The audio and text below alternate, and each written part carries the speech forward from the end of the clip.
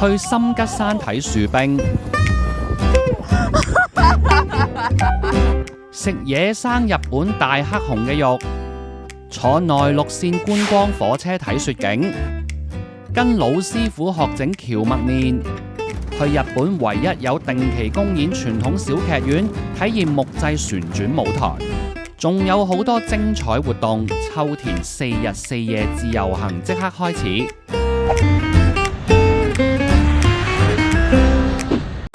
Hello， 大家好，我係 Alfred。話說喺19年12月，日本秋田縣嗰邊就聯絡我，傾好細節，出埋機票，收埋上期，諗住2月出發。結果大家都知道個結果。當時秋田嗰邊同我哋諗住最多都係封關幾個月，個 project 可以夏天或者秋天再做。點知一等就等咗幾年，等到秋田個對口同事轉咗工，等到香港接呢單 job 嘅 agency 同事移咗民，終於喺2024年1月尾呢個 trip 先成行。幾年間，香港由治及興，景物依舊，人事全非。今個 trip 嘅第一個行程，第一個景點呢，就嚟到深吉山睇樹冰啊！Hello， konnichiwa。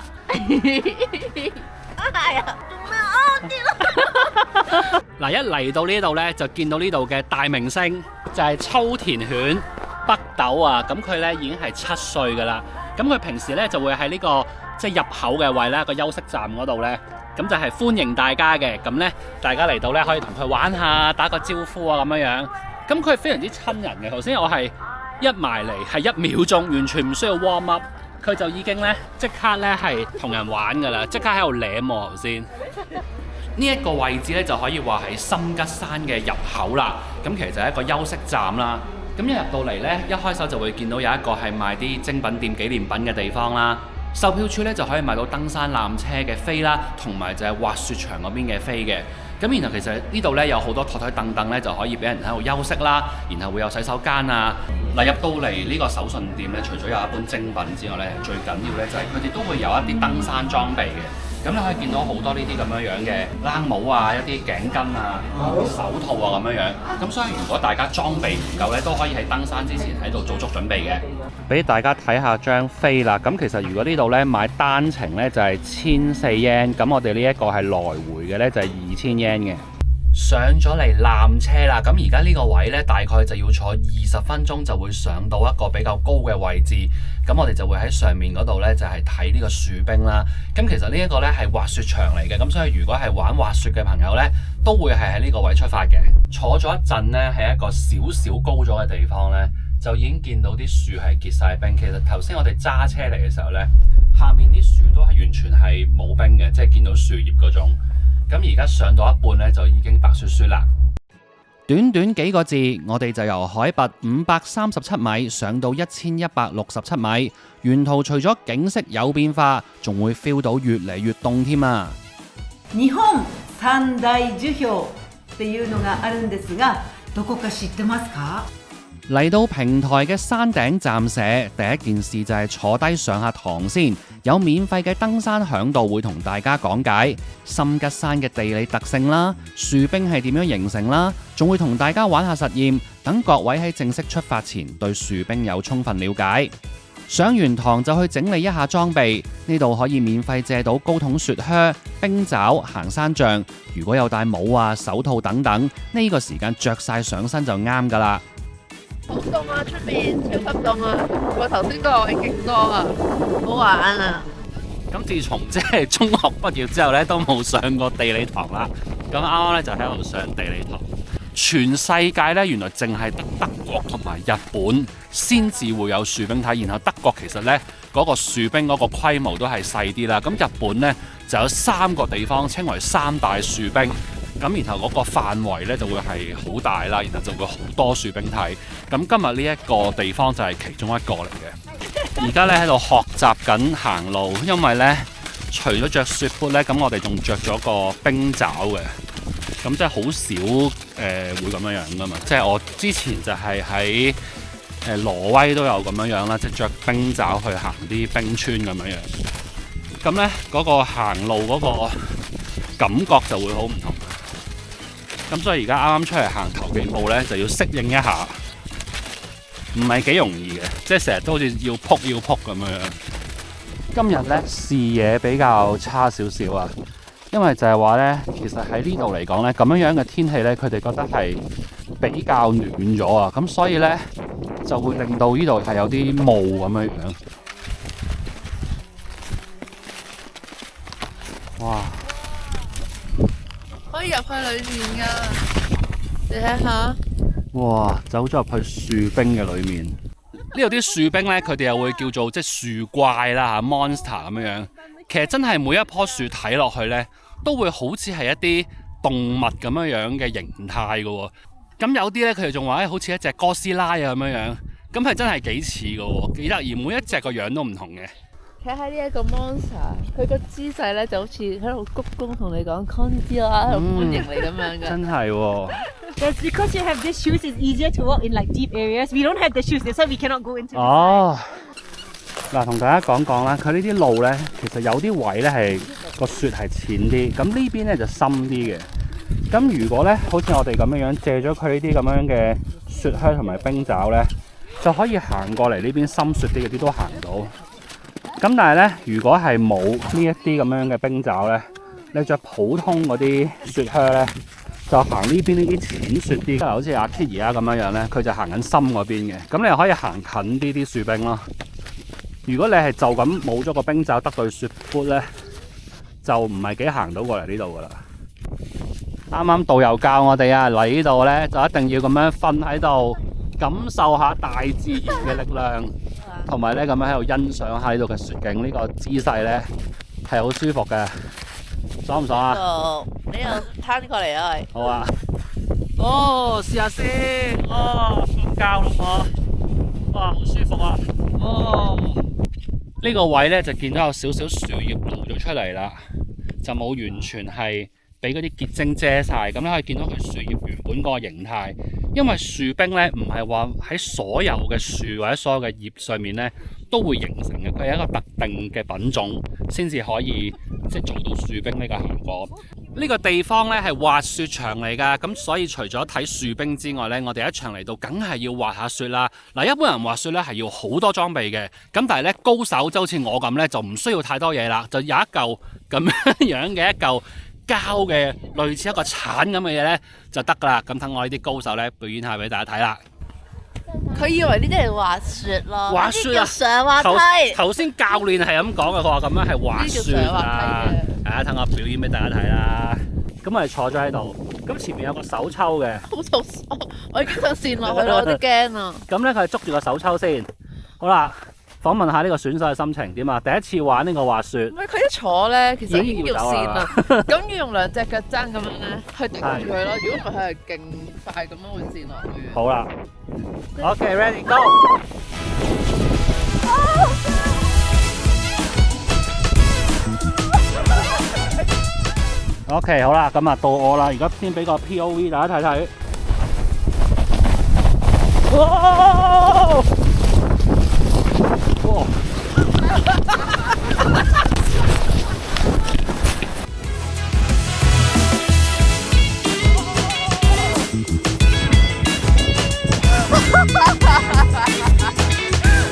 跟住玩第二次，我哋增加難度，我仲用呢個咩類似米袋咁嘅嘢嚟玩啊！好嚟啊，上行翻上去先。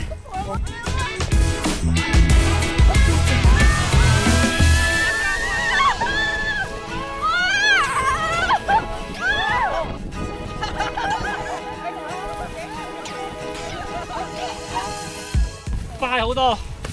邊個快好多啊？嗰個快好多。係啊。停唔到啊嗰個。即係大概10點半咧就嚟到呢一個係深吉樹冰嘅呢個位啦，即係深吉山咁樣。咁然後咧我哋就玩到頭先係2點鐘，就再坐翻嗰個纜車就落翻嚟嘅。啱啱睇完樹冰，咁而家就落翻山下面嗰個休息站啦。呢度咧係有間餐廳嘅，咁佢哋嗰個開放時間咧就係由11點開到3點。咁如果係上去睇樹冰，然後打算係落翻嚟食飯嘅朋友咧，就要預翻個時間，唔好太晏落嚟。咁呢個飯堂就提供一啲簡餐啦，咁主要都係例如有啲咖喱飯啊，有啲當飯啊，然後會有啲烏冬啊咁樣樣，咁然後又有啲拉麵啦。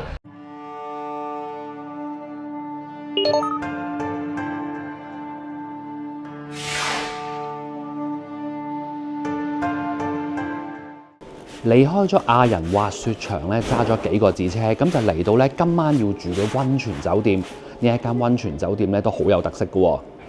一入門口就已經見到有啲好少見嘅擺設，開宗明義話俾你知，佢哋係以打獵為主題，又或者更正式嚟講係 Matagi 山裡面嘅武士，一種北秋田非常傳統嘅文化。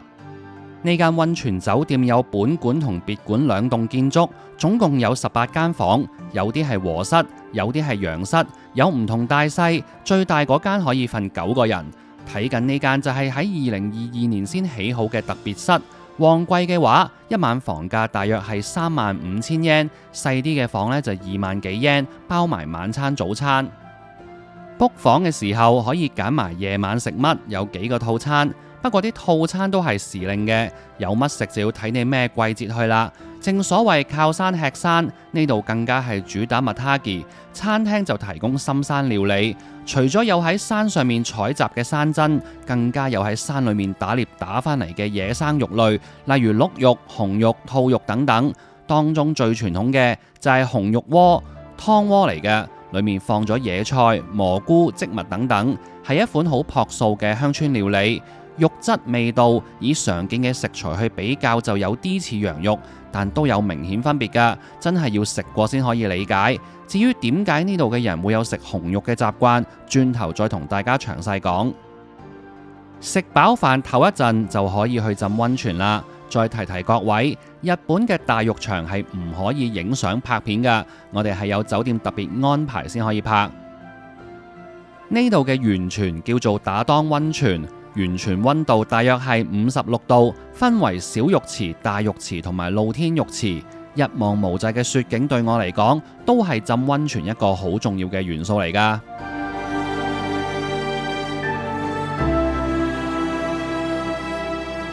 如果唔想去大浴場，佢哋都有2個家庭風呂或者叫做私人風呂，住客只需要1000 yen 1個鐘，最好玩就梗係兩邊都浸下啦。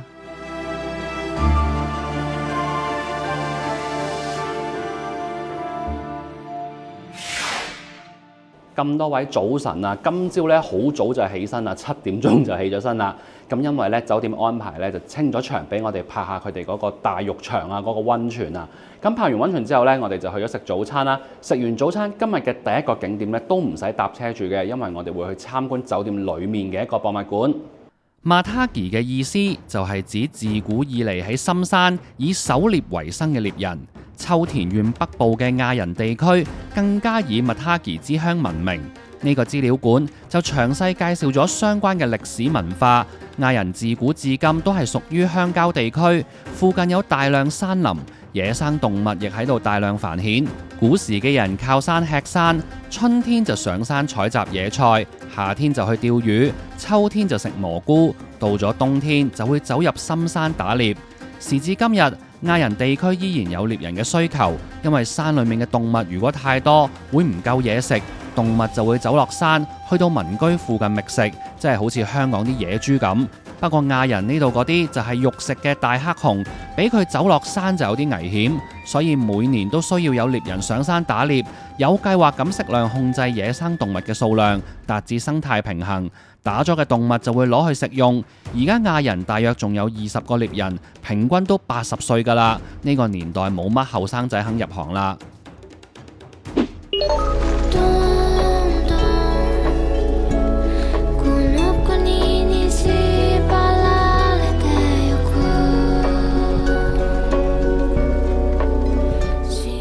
離開酒店，我哋就去睇風景，就係坐呢架秋田內陸線觀光火車。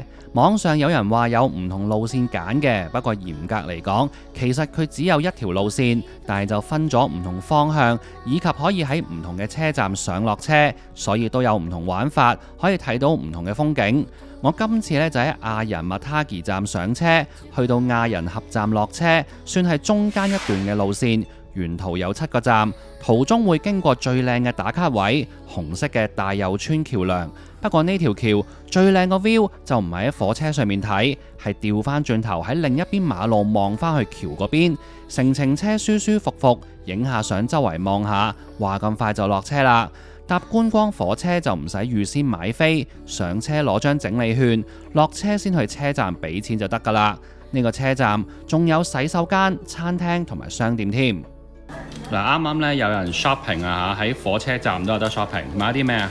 好得意啊！呢個咧係秋田犬嘅鏡啊，咁咧佢係一面正常一面放大鏡，咁我覺得都幾實用啊，同埋佢個樣真係好可愛，忍唔住啦。哇！真係好實用啊，我覺得好正啊！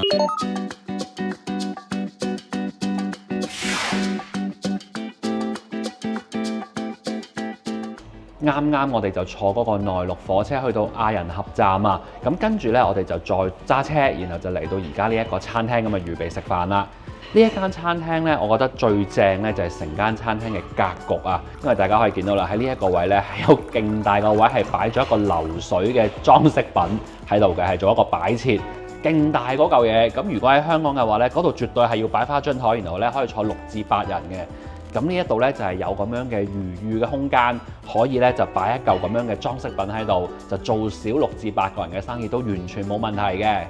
嗱，佢呢度一字排開啦，大概有10零個位，每一個位嘅前面就係一個玻璃窗，就可以望到呢度出面嘅雪景。咁其實呢度啲山頭呢，一年四季呢都會有唔同嘅景象啦。咁所以呢，一年至少可以嚟食4次。咁你就可以睇到呢4個唔同嘅景色。嗱，其實呢一種設計呢，喺日本係都幾常見嘅，唔係話好罕見嘅。佢哋好興呢，就係將室外嘅景觀去引入一啲室內嘅空間裏面。除咗餐廳，其實好多時屋啊或者好多酒店呢，都會有咁樣嘅設計。咁但係呢一種設計呢，其實喺香港呢係比較少見，因為香港其實戶外就冇乜景觀噶嘛，你外面就係我哋所謂嘅樓景噶嘛。嗱，呢一間餐廳佢嗰個午餐嘅 set 呢，就有幾樣嘢可以揀嘅。咁例如佢有一個牛肉啦，咁啊計翻 gram 數。咁例如好似我哋今日點嘅呢一個200 gram 嘅牛肉呢，咁佢就係1900 yen。咁另外呢，我哋就再嗌多咗一份呢，就係一個和牛嘅漢堡扒。咁佢就2塊嘅，咁一 set 呢就係1200 yen。咁佢每一個 set 呢，除咗嗰塊肉之外呢，咁啊仲會跟有飯啦。咁飯你係自己揀大中細，咁然後有醬料啊，咁樣沙律喺出面任筆，咁然後仲會有湯咁樣樣嘅。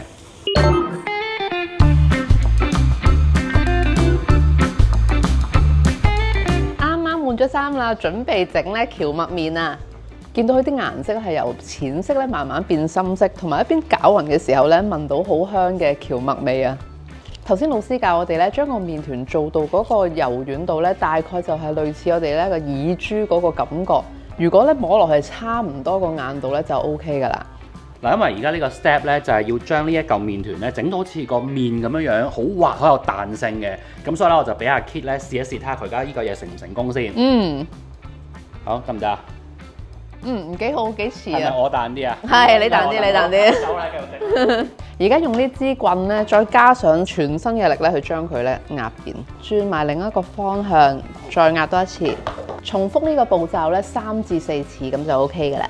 啱啱試呢一個蕎麥麵係老師整嘅，咁佢做咗一個呢，即係冷麵凍食嘅方法啦。咁啊上面已經做咗少少調味嘅。嗱，首先呢，呢一個蕎麥麵入口呢，覺得味道真係有好清香嘅一個蕎麥嘅香氣喺度。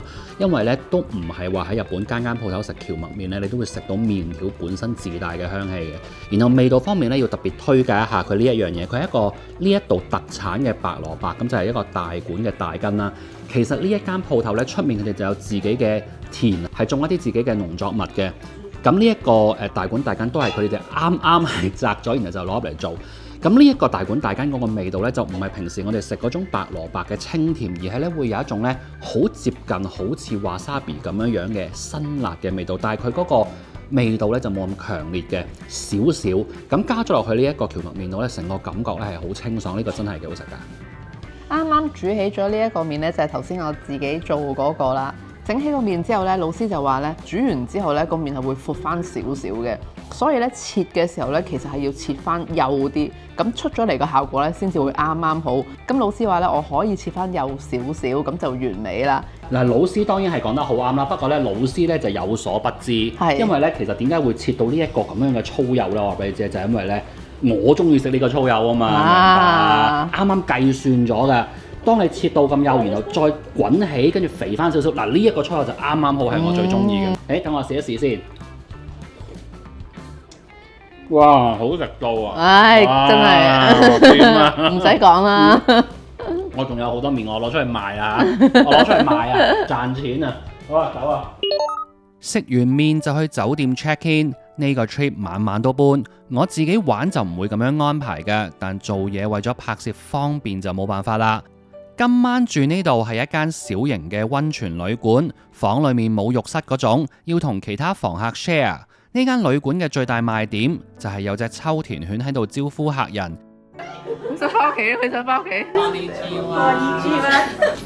啱啱咧，其實佢哋想餵佢食嘢，但係佢咧聞一聞咧，發覺今日唔啱活啊，好似我咁。今日咧想食第二隻味道嘅薯片，原來佢中意食波板糖啊！頭先有啲肉乾咧，佢就麻麻地。因為秋田雖然比較容易見到秋田犬，但就唔係隻隻都俾遊客同佢互動㗎。喺職員嘅協助下，我就餵咗佢食零食。食完嘢就梗係 friend 咗少少啦，咁職員就行開俾我攬下佢影下相咁啦。Hello， 佢好乖啊，任人摸嘅任人打。好可愛啊個樣，好似好慘咁啊！我見佢。佢好似覺得佢俾我攬咗委屈咁啊！好委屈，你睇下條眉。得未啊？好興啊，耷晒耳陰公。好啦，放過你啦嚇，陰公啊！哎呀，放工啦，好唔好啊？今日到此為止，你話收工，拜拜。瞓醒覺，我哋就去咗小阪町呢個地方，曾經係全日本礦產量最多嘅地方。受外國文化影響，呢度嘅建築物好多都會係西洋風格。眼前呢一棟就係小阪礦山事務所，1905年落成，已經有100幾年歷史，而家開放咗俾民眾參觀。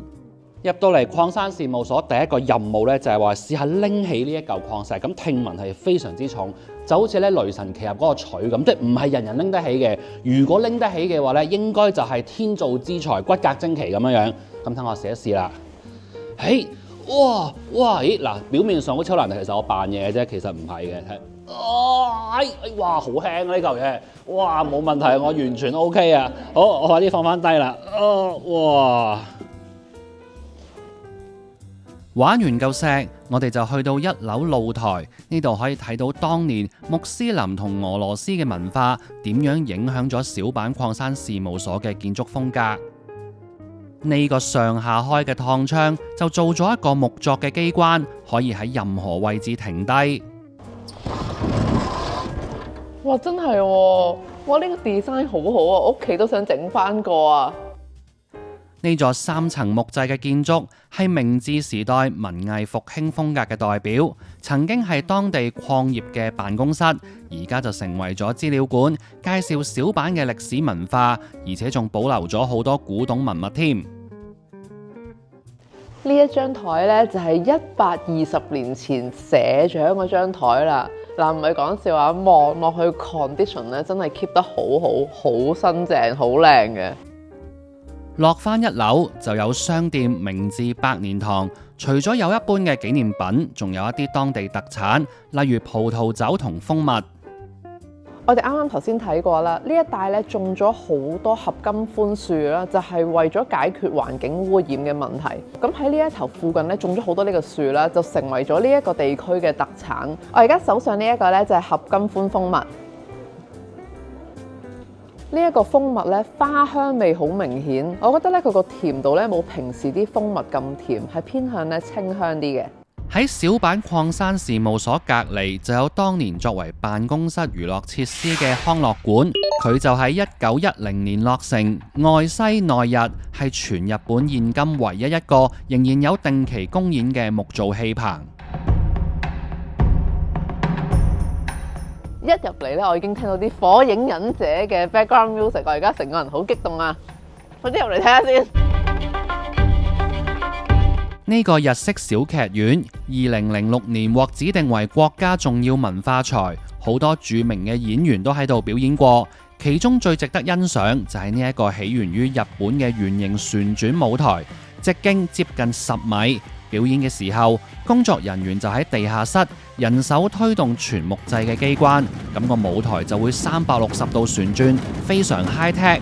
今日館長就特別帶我入去地下室體驗下，我哋4個人一齊推，唔使好大力都推得好順。之後仲去咗參觀演員休息室同後台其他設施，仲可以着下戲服影下相添。小板丁呢個地方因為以前有好多礦工，做嘢咁辛苦，食飯就梗係要食多啲啦，所以就發明咗將炸豬扒同拉麵溝埋一齊嘅食法。為咗保育文化，呢頭好多餐廳至今都會賣炸豬扒拉麵㗎。呢間餐廳亦都有賣咖喱豬扒飯。我頭先推個旋轉舞台出咗咁多力，我都食翻多啲嘢補補啦。食完飯，餐廳老闆生意都唔做，走咗出嚟同我哋玩。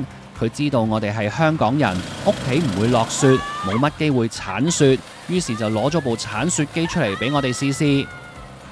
見阿 Kit 玩得咁開心，老闆就靜靜雞教佢控制個噴頭，瞄準拍緊片嘅我。其實我現場都睇到佢哋瞄住我啦，咁我就即管企喺度睇下唔被拍出嚟係點啦。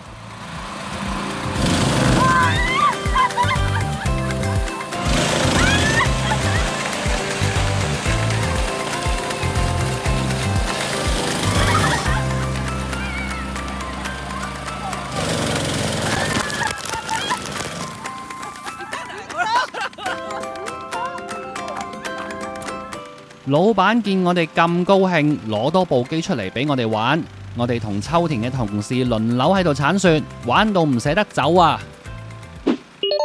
下一站我哋就去咗今晚會入住嘅農家民宿。佢哋最近就翻新緊間屋，外牆重新砌過，每嚿磚就留俾啲住客喺上面畫畫寫字。如果有觀眾遲啲去呢度住，可以睇睇揾唔揾到我嗰嚿磚喺邊度。間屋好大，都唔易揾㗎。其實嗰日好凍啊，喺出面畫嗰嚿磚對手都凍到僵晒，都係入屋睇睇啦。呢種農家民宿就唔係就咁俾間屋你住噶，屋主會喺度招呼你，煮飯俾你食，安排啲活動同你玩。喺秋田住咗幾晚，今晚印象就最深刻啦。喺整米棒之前呢，滗起咗少少米呢，要我試一試先啊！呢個呢就係秋田米啊。はい、力入れて、腰に力入れて。OK， もう放線よ。我啱啱已經學識咗噶啦。個重點咧就係當你碌棍舉落去嘅時候咧，要發出一啲聲音。咁咧就係 hush， 嗱，我哋都話係咁做啊，聽到啊？嗱，師傅話係咁樣噶。仲有一個玩法嘅就係咧，佢整，但係我幫佢發出啲聲音。你整落去嘅啦 ，hush，嗱，咁樣就有效率好多啦。係咯，跟住師傅話頂我哋唔順，走㗎啦。嗱，我哋咧啱啱咧就處理完啲米飯啦，就將啲啱啱煲好咗嘅米，就將佢咧用力咧就研成一個米漿咁樣樣。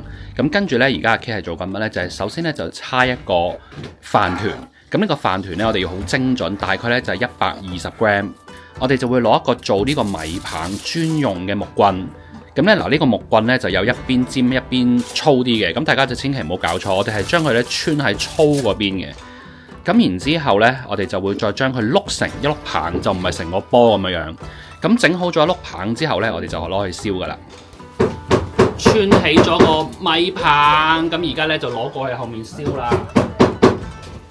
頭先山內太太喺屋入面教我哋整米棒，山內先生就喺出面起定個爐，幫我哋煮湯鍋同埋預備燒米棒。呢種米棒鍋正正就係秋田打獵文化流傳落嚟嘅做法。古時嘅獵人為咗方便保存糧食，就將飯整成米棒，食嘅時候就擺埋落個湯鍋，同啲蔬菜、山珍、比內地雞一齊煮，至今就成為咗秋田一道好有代表性嘅鄉土料理。乾杯！乾杯！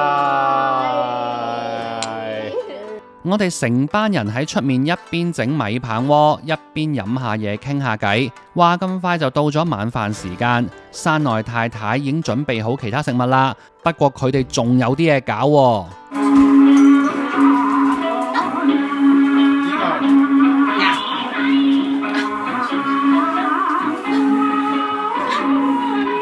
哇！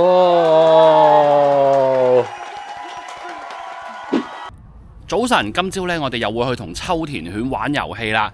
咁咧出發之前呢，我哋嘅旅遊局職員咧就同我哋講啊，即係提醒我哋就話今日會見到呢隻秋田犬呢，係有幾樣嘢特別感興趣嘅。咁包括例如係一啲 cap 帽啦，包括例如係羽絨啦，包括例如係口罩啦咁樣樣。咁佢一見到呢啲嘢咧，就會好中意咬嘅。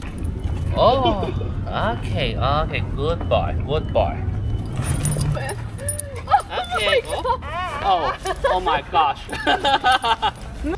嗱，呢啲唔係雪，係成隻手袖都係口水。佢已經係一衝嚟就舐晒我全身。果然係真嘅。頭先咧佢衝過嚟咧，就係咬甩咗工作人員個口罩。真係一見到佢就忍唔住，佢係離遠已經發現目標，一衝過嚟就咬甩咗，係好準確、好迅速嘅。呢隻秋田犬綠奧就係其中一位同我哋一齊做嘢嘅秋田同事養嘅，所以特登帶出嚟同我哋玩。而呢個地方就係 JR 大館站對面嘅秋田犬之里。呢度除咗有好多秋田犬嘅精品，最重要就係有好多關於秋田犬嘅資料喺度展出。叫得做秋田犬之里，梗係唔係賣下精品睇下資料咁簡單啦。遊客喺度係可以近距離睇到秋田犬嘅表演，而今日負責表演嘅就係啱啱同我哋玩得好開心嘅綠奧啦。咬佢，咬佢，咬佢。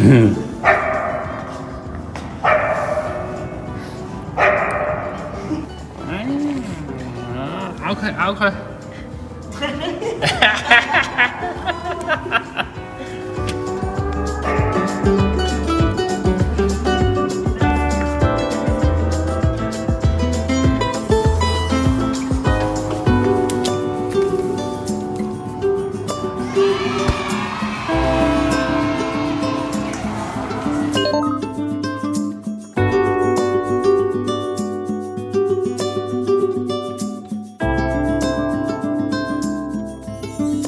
玩咗幾日，終於嚟到尾聲啦！咁而家咧就嚟到今次秋田之旅最後會去嘅一間餐廳，呢度咧係專食好出名嘅比內地雞嘅。比內地雞係日本三大地雞其中之一，發源地就係呢度北秋田嘅大館。阿 Kit 就點咗呢個烤比內地雞飯4吃，原味加佐料加蛋，最後仲可以加雞湯。比內地雞咧，佢最大特性就係佢嗰個質地，佢食落去咧係爽為主嘅。你首先入口嘅第一個感覺就係爽，然後佢係爽中帶滑，就唔同有啲雞你覺得係主要係食滑或者好有彈性，或者有啲冇咁好食嘅雞就可能好鞋口。我哋香港食到走地雞咧，佢個質地可能就會覺得好韌咁樣，好結實咁樣。而比內地雞嘅最大特性咧就係爽中帶滑，呢個係佢最大嘅特性。然後你食咗入去之後咧，慢慢嚼下嚼下咧，你就會 feel 到嗰個雞肉嘅帶一個甘甜嘅味道。一開始都提過呢個 trip 等咗超過4年先可以出發，一波3折都唔足以形容有關情況。好多謝香港同埋秋田幾位好朋友，全靠佢哋不遺餘力咁去策劃同安排，先促成到今次合作。當然，仲要多謝咁多位觀眾睇晒呢條咁長嘅片啦。我哋下次再見，拜拜。